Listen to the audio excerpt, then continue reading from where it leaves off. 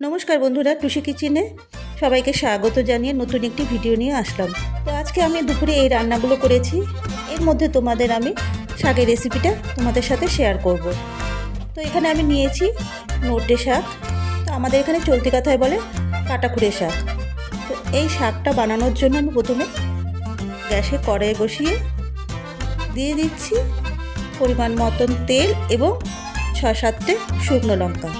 তো এই শুকনো লঙ্কাগুলোকে আমি লাল করে ভেজে তুললাম।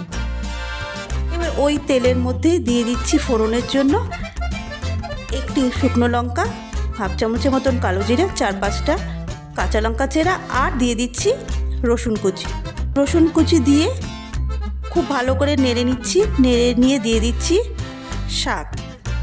তো শাকটা দিয়েই আমি দিয়ে দিচ্ছি পরিমাণ মতন লবণ। তো শাক রান্নার সময় কখনো গ্যাস কমিয়ে রাঁধতে হয় না। গ্যাস কমিয়ে রান্না করলে শাকের কালার চেঞ্জ হয়ে যায়।